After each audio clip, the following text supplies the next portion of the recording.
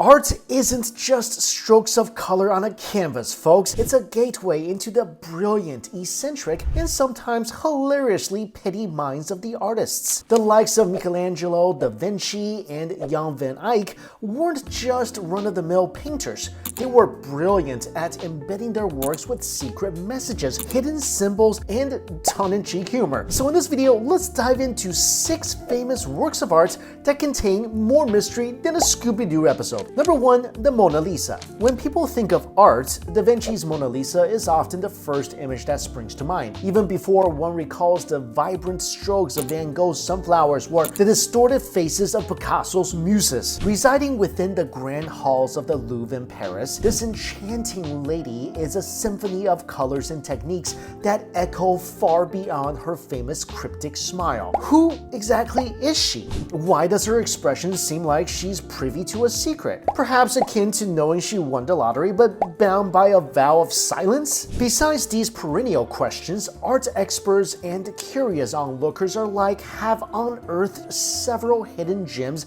and nuances within this masterpiece. For starters, a keen-eyed observer might notice Da Vinci's artfully concealed initials LV in her mesmerizing right eye, personal signature of sorts. Additionally, there's the seemingly random number 72 marked with intent on the arch of the rustic bridge that forms part of the serene background. So what might this denote? An especially intriguing theory that has gained traction says that the Mona Lisa was in fact pregnant when she posed for Da Vinci. The gentle cradling of her hands over her stomach, combined with the veil draped around her shoulders, a style characteristic of expectant or new mothers of the time, lends credence to this hypothesis. But perhaps the most tantalizing revelation has been a recent one. Advanced imaging techniques have unveiled a potential real-life portrait of Lisa del Giocondo, the purported subject, hidden underneath the existing painting layers. This underlying image presents a different pose and ambiance.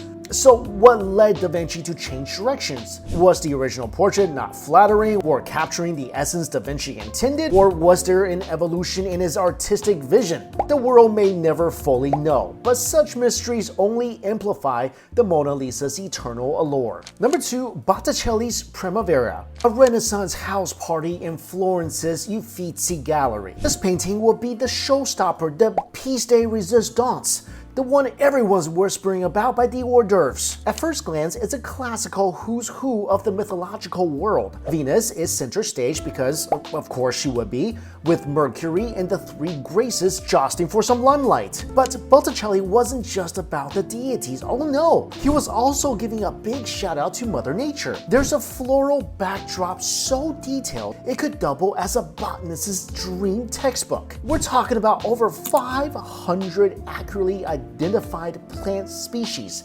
That's 190 distinct types of flowers in the background alone. I mean, if plants had feelings, this painting would be their Oscars. It's almost like Botticelli decided, why not mix an old-school botanical garden with a Greek mythology fan convention?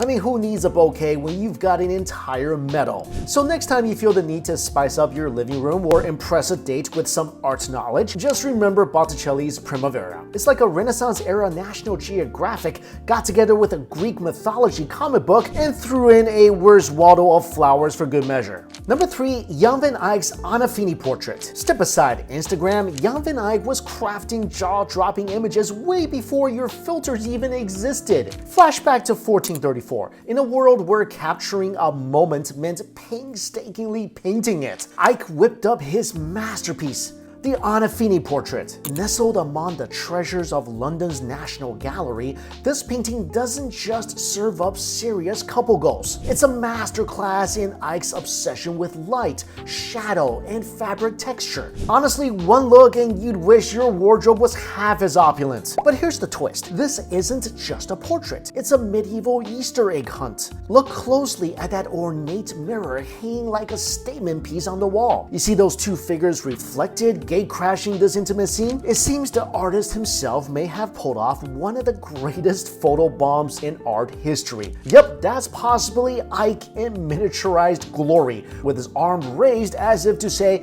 hey, remember to like and subscribe.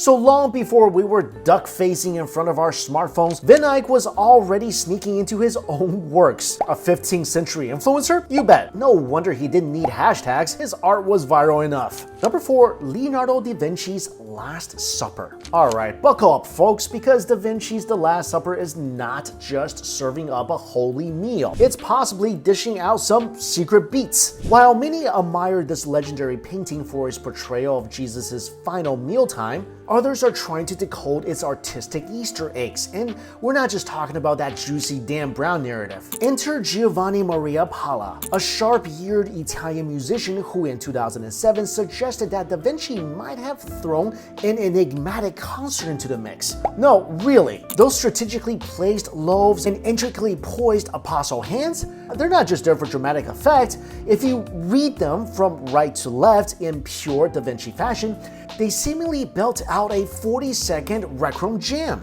Just imagine, hidden in one of the world's most famous paintings could be the playlist for the most solemn dinner party ever. It's like finding out your favorite historical painting also dubs as a vintage vinyl record. So was Da Vinci just an artsy fellow painting biblical scenes? Nope, he was potentially laying down tracks before it was cool. Over Renaissance man, here comes DJ Leo dropping beats and biblical scenes in one grand masterpiece. Number 5, Michelangelo's The Creation of Adam. Hold on to your art palettes and scalpels, because Michelangelo's The Creation of Adam isn't just a hand-touching cloud floating biblical spectacle. This might be the Renaissance answer to Where's Waldo? But instead of searching for a striped shirt, you're spotting cerebral cortexes. Yes, the very hand of God reaching out to Adam is encased in what seems to be, brace yourselves, an anatomically accurate human brain. And how did Mikey know about the old gray matter's inner workings? When most teenagers were probably sneaking out to clandestine parties, our boy Michelangelo was hanging out in the church graveyard dissecting corpses. Talk about being a hit at parties. Sure, some doubters might wave this off saying, meh, just a happy artistic accident. But when you look closely and see how he's painted the likes of the frontal lobe, the pituitary gland, and other brainy bits,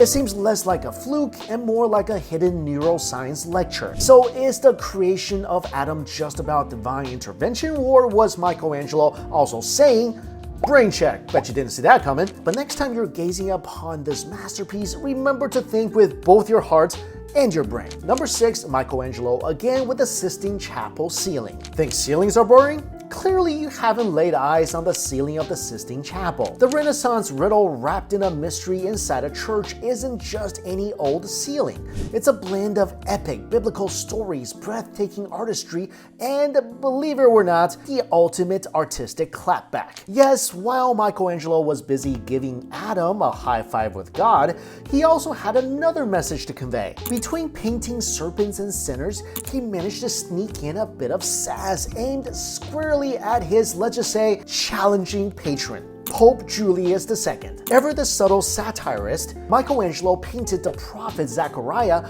with an uncanny resemblance to Julius. But the real zinger?